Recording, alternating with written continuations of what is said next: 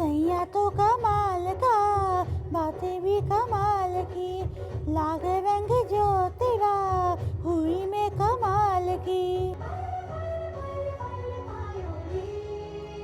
प्रेम वतन धन पायो, प्रेम वतन धन पायो, वतन की लायो, प्रेम वतन धन पायो, मैंने प्रेम वतन धन पायो। मेरा नाम बेंजी है, मैं बड़ी होकर गायिका बनूंगी। बेंजी की सुरीली आवाज़ और मीठे बोल लोगों के जहन में मिठास घोल देते हैं, लेकिन बेंजी खुद इन बोल को समझ नहीं सकती। 22 साल की बेंजी ऑटिस्टिक है। क्या है बेंजी की कहानी, आइए जानते हैं। कीबोर्ड पर तेजी से चलते हाथों को देखकर कोई अंदाजा नहीं लगा सकता कि बेंजी ऑटिस्टिक है। जब ये उंगलियां कीबोर्ड पर चलती हैं, तो बेंजी मानो किसी दूसरी ही दुनिया में चली जाती है। संगीत बेंजी का सबसे बड़ा सपना भी है और जुनून भी है।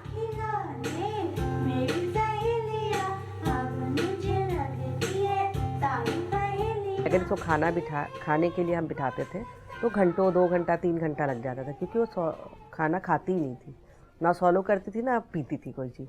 लेकिन जब हम इसको म्यूज़िक के थ्रू वो चीज़ करते थे तो ये फटाफट कर लेती थी।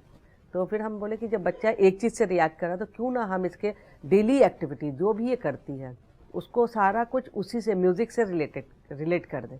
और सब फील्ड में ये बिल्कुल नहीं रिएक्ट करती थी, लेकिन जहाँ हम म्यूज़िक ऐड करते थे तो 10% 5% जो भी है इसका रिएक्शन शुरू हो जाता था। जैसे हमने इसको ABCD भी सिखाया तो लिख के पढ़ के सुनाया तो नहीं सीखी, लेकिन जब गा कर और रिदमिक वे में सिखाया तो ये तुरंत सीख गई। कविता ने बेंजी के इस हुनर को तराशने में अपनी पूरी जिंदगी लगा दी। उनकी यही इच्छा थी कि बेंजी अपने पैरों पर खड़ी हो सके और अपने शौक में पारंगत हो जाए।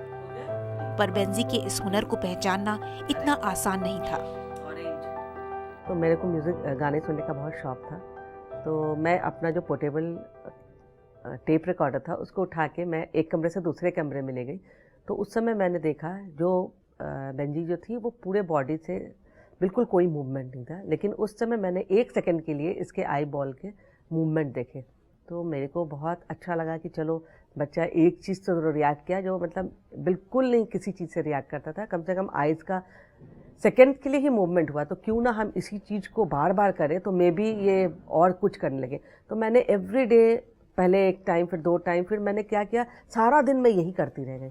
तो मैंने धीरे धीरे नोटिस किया कि बेंजी के जो आइज़ मूवमेंट है वो होने लगे, left to right, right to left. फिर धीरे धीरे हमने महसूस किया और हर दिन हम इसको बड़े क्लोजली वॉच करते रहते थे इसके हर एक्टिविटीज़ को। तो मैंने पाया कि नहीं ये म्यूज़िक से रिएक्ट कर रही है। जब बेंजी 9 साल की थी तो उसने भारतीय शास्त्रीय संगीत सीखना शुरू किए। शास्त्रीय संगीत सीखने के बाद उसकी आवाज़ पहले से बेहतर हो गई।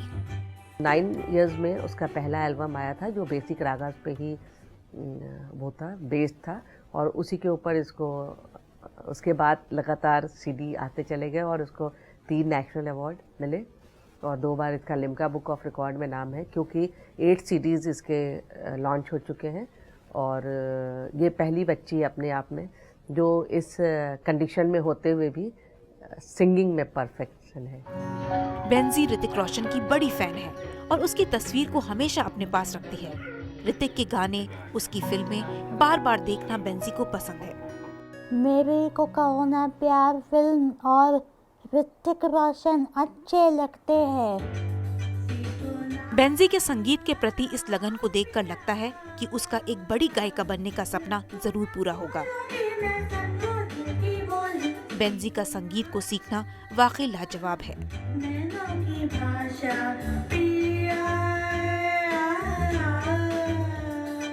कविता के लिए बेंजी की परवरिश करना वाकई मुश्किल था, लेकिन कविता ने हार न मानकर उसके हुनर को पहचाना। कविता धून फाउंडेशन नाम की एक NGO चला रही हैं ताकि बेंजी जैसे दूसरे बच्चों को समाज से जोड़ा जा सके। कविता और बेंजी को जय हो का सलाम।